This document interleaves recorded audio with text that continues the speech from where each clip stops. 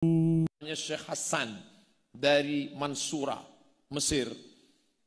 Apa kata dia?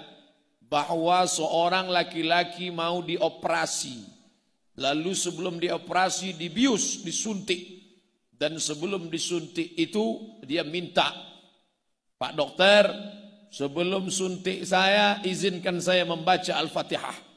Lalu sebelum disuntik, Iqra, baca. Dia pun membaca. Bismillahirrahmanirrahim. Alhamdulillahi Rabbil Alamin. Ar-Rahmanir-Rahim. Malik Yaumiddin. Lalu kemudian dokter pun menyuntikkan bius. Dan ternyata anak yang dibius itu terus membaca Al-Fatihah. Selesai Al-Fatihah, lanjut Al-Baqarah. Selesai Al-Baqarah, lanjut Ali Imran. Selesai itu lanjut An-Nisa. Selesai itu lanjut sampai akhirnya dia tersadar. Apa maknanya? Bius hanya dapat melumpuhkan saraf otaknya, dapat melumpuhkan yang lain, tapi ada satu yang tidak dapat dilumpuhkan. Apa dia? Memorinya tentang Al-Quran. Artinya apa? Orang bisa kehilangan kesadaran, orang bisa pingsan, orang bisa mati, orang bisa lupa. Tapi ada satu yang tidak bisa dilupakan, yang tidak bisa dirusak filenya oleh virus, yang tidak bisa dirusak filenya oleh bius. Apa dia?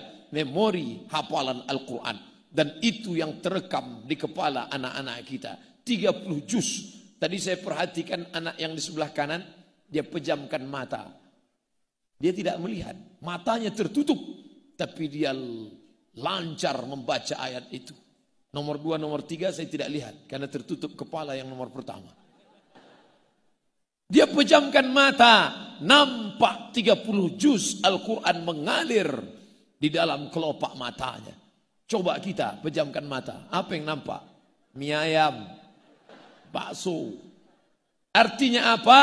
Makanan busuk, tulang rapuh, daging akan menjadi santapan cacing tanah. Tapi memori Al-Quran tidak akan pernah hilang dari kepala mereka.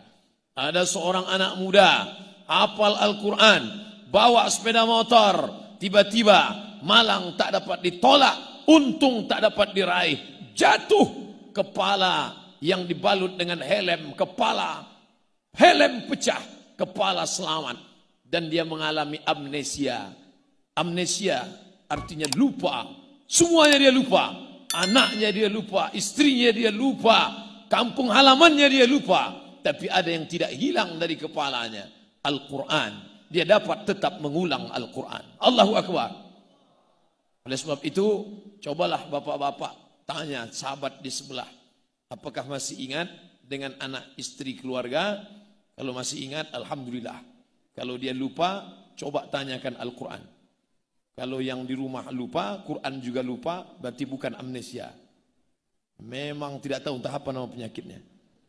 Tapi amnesia dapat menyerang ingatan, memori orang.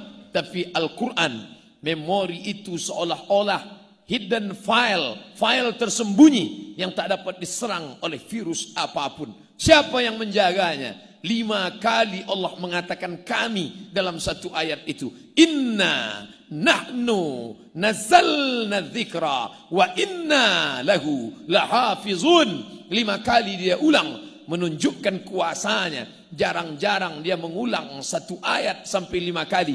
Kami, kata Allah SWT. Bukankah dia satu? Qul wallahu ahad. Bukan dia tunggal?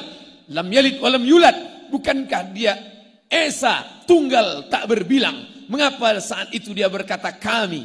Seorang raja tegak perkasa di hadapan rakyatnya, dia berkata, kami yang tegak di sini, kami yang berdiri di sini. Padahal dia sendirian.